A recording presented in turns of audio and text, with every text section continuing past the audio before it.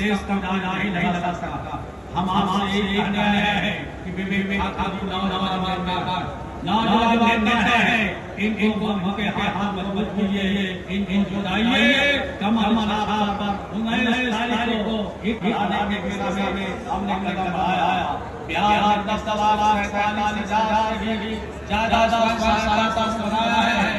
ये सब उनका है जो गरीब लोग हैं, जो लाचार लोग हैं, जो परेशान लोग हैं, जिनको रोटी के लिए तरसना पड़ता था, उनको हमने आगे बढ़ाने की दिशा में काम किया। 1-2-3 लाख परिवार पहुंचे हैं। अब इनके सामने जो चुनाव किया था, रोटी की समस्या थी। तमाम भाइयों, बुजुर्गों, नौजवान साथियों, छोटे छोटे बच्चे, आज आपके बीच में आने का मौका मिला नामांकन के माध्यम से। और यदि आप चाहते हैं कि देश में फिर से नरेंद्र मोदी जी की सरकार बने, तो हमको हर हालत में बिहार की 40 सीट जिताना पड़ेगा और 40 में नवादा में भी कमल खिलाना पड़ेगा। और साथियों, इसलिए मैं कहना था क्योंकि देखिए, ये तो माफियाओं का इलाका रहा है साहब।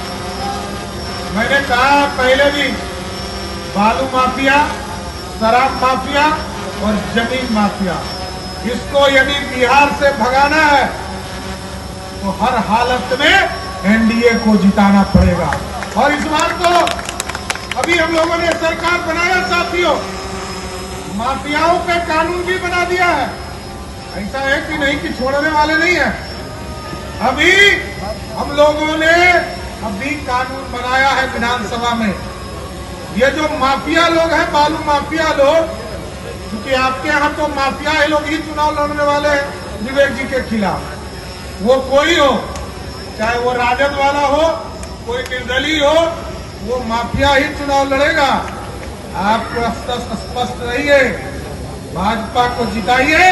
चुनाव के बाद गारंटी देता हूं, जिस तरह मोदी जी की गारंटी है, बिहार में भी गारंटी है, कोई माफिया बिहार की सड़कों पे नहीं रुकेगा। और बिहार के विकास के लिए काम करना है साथियों।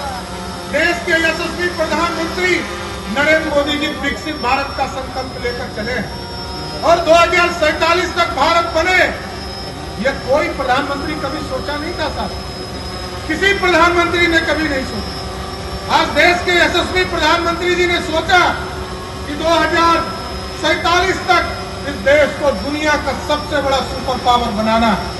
और आप सोचिए, ठीक कहा चिराग जी ने कि आज दुनिया में हम 11वें स्थान पर आर्थिक व्यवस्था में खड़े थे, लेकिन नरेंद्र मोदी जी जब सत्ता में आए तो कुछ कांग्रेसिया लोग कहते थे कि मोदी जी सरकार चला पाएंगे, लेकिन आज मोदी जी ने सरकार भी चलाया 10 साल तक साथियों।